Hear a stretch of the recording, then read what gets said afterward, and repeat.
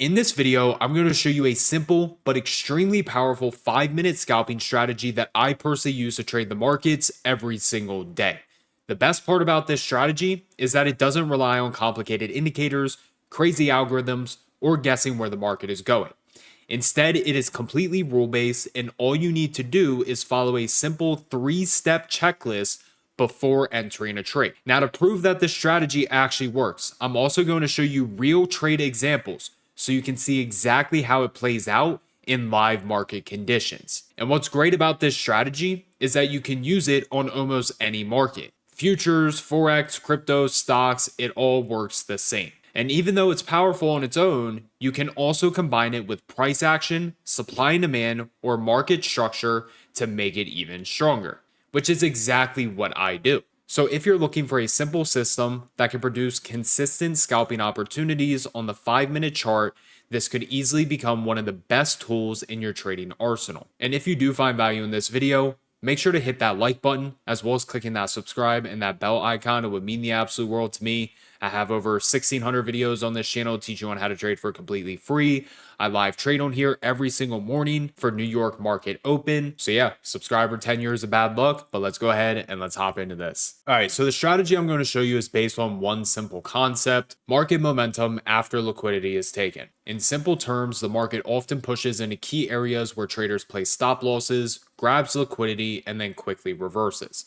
And when you learn how to identify these moves on the 5-minute time frame, they create extremely clean scalping opportunities.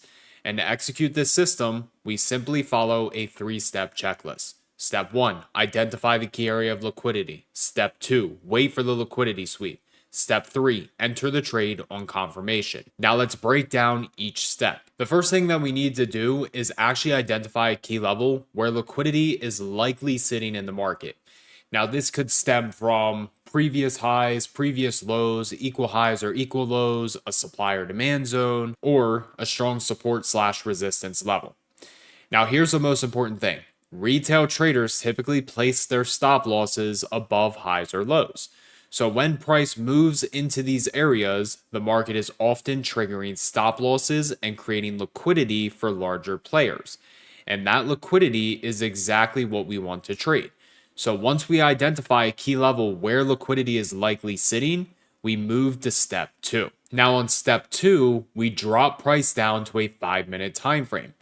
What we're waiting for is a strong push through the level that grabs liquidity. This could look like a wick above a previous high, a wick below previous low, or a breakout candle that quickly rejects.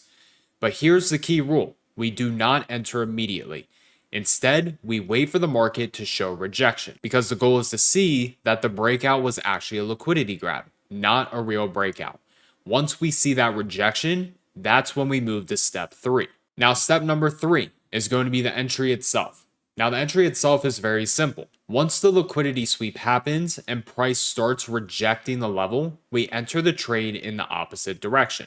So, for example, if price sweeps a previous high, we look for a short. If price sweeps a previous low, we look for a long. Now for the stop loss, we simply place it above or below the liquidity sweep. Again, not hard stop losses, always mental. And as far as to take profit, I would say aim for at least a 1 to 1.5 R trade. But typically we want to look for like 2, 3, maybe 4 R. But again, bare minimum a 1 to 1.5 where we trim, and then we move our stop loss to break even, and then we look to catch a larger move in the market. So if our stop loss is 10 points, we want to at least be looking to make 10 to 15 points. That's where we'll get our first trim, place our stop loss at break even, and then from there, we're looking to take it 20, 30, 40, 50 points. Again, just simply scaling out and moving our stop loss up as the trade continues to move in our favor. And what this does is this creates a strong risk to reward ratio, which means we don't have to win every trade to be profitable. And what I mean by that is this: say every time you win a trade, you make $2, but every single time you lose a trade, you lose $1. Obviously, you're going to be profitable. Or let's say that you have a 45% win rate, all right? But every time you win, you make $3. Every time you lose $1. Obviously, you are still going to be profitable, right? But equally on the flip side, you can have an 80% win rate. But when you win, you're only making 50 cents. But every time you lose, you're losing like $2 or $3. It doesn't matter that you have that high win rate because every time you lose, your losses significantly outweigh your winners. So to me, accuracy does not matter in the market. What matters the most is your R multiple. So let's look at this example right here. We have our pre-market high right here. Price tries to break above it. It holds it, as we can see on this 5-minute candle right here. Price ends up holding it. So again, a lot of breakout traders would look at this and think that it's a valid long entry. But logically thinking, if price broke below the level that price was trying to hold, again, where all the buyers came into the market, whether it be at the retest or the breakout, what do you think is logically going to happen to all those buyers? They're going to stop out of the trade, right? Well, if they stop out of the trade, those buyers now become sellers. Okay, so we reclaim on the opposite side. We fail the breakout. Anyone who was buying here, they stop out. Equally, you have people who are shorting because price failed to hold above this level. It was a false breakout, right? So what ends up happening most of the time?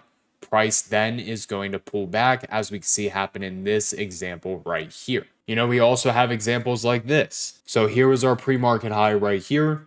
Price tried to break above it, ultimately failed.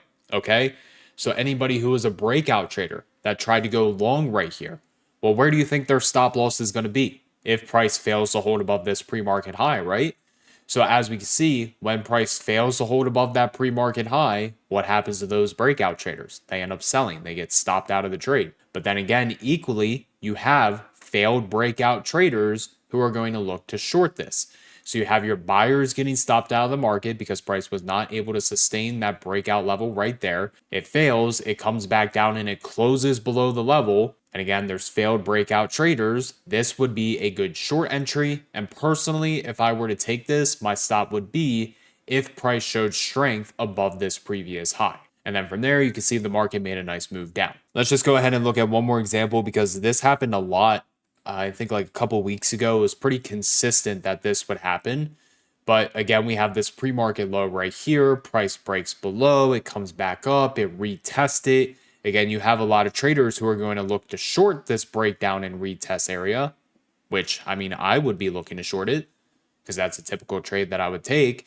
So if you shorted this, I mean, yeah, you caught a nice move down. It wasn't the best, but then price came back up and it reclaimed the level. So again, logically thinking, anybody who shorted right here, if they did not trim, their stop is still right above this area. So when price comes back up and it reclaims that pre-market low with strength at that, these sellers are going to stop out.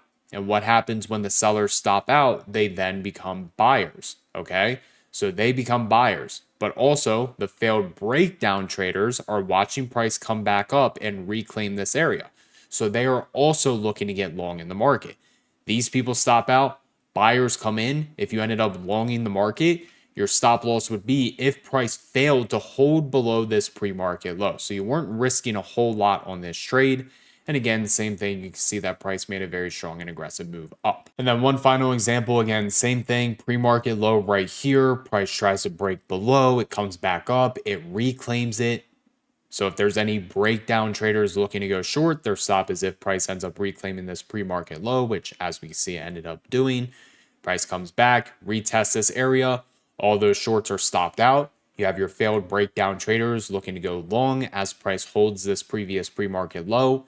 Again, if you took the long entry, your stop loss would be if price failed to hold above this pre-market low. And as we can see from there, price made a pretty nice move to the upside. Now, a little transparency.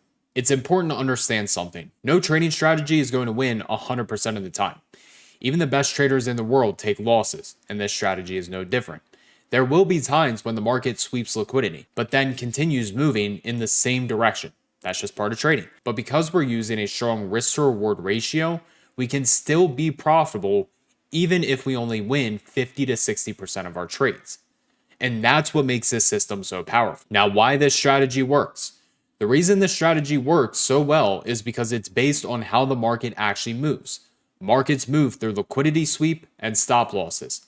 Large institutions need liquidity to enter positions, so they often push price into areas where retail traders are trapped. When you learn to identify those moments, you stop trading with retail traders and start trading against them. And that's where the real opportunities are in the market. and that is where the highest risk to reward trades will be found at. And before you go and start trading this strategy, here's a few tips. First off, backtest it. That way you can find a solid system around it, but always focus on higher quality setups. Don't force trades. Second, combine this with key levels or supply and demand zones. This increases the probability of the trade working out. And third and finally, always manage your risk. Even the best strategies won't work if you're risking too much per trade, as we discussed earlier. If you're only making 50 cents every single time you win, but every single time you lose, you're losing $3, you are not going to be profitable. So again, even the best strategy won't work if you are risking too much per trade. But that is going to wrap up this video. So if you guys did find value in this video, make sure to smash that like button as well as clicking that subscribe and that bell icon. It would mean the absolute world to me. If you guys haven't, make sure to join the free Discord community that I have. I'll be leaving that link down in the description. Other than that, everybody have an amazing rest of your day, and I'll see you guys in the next video.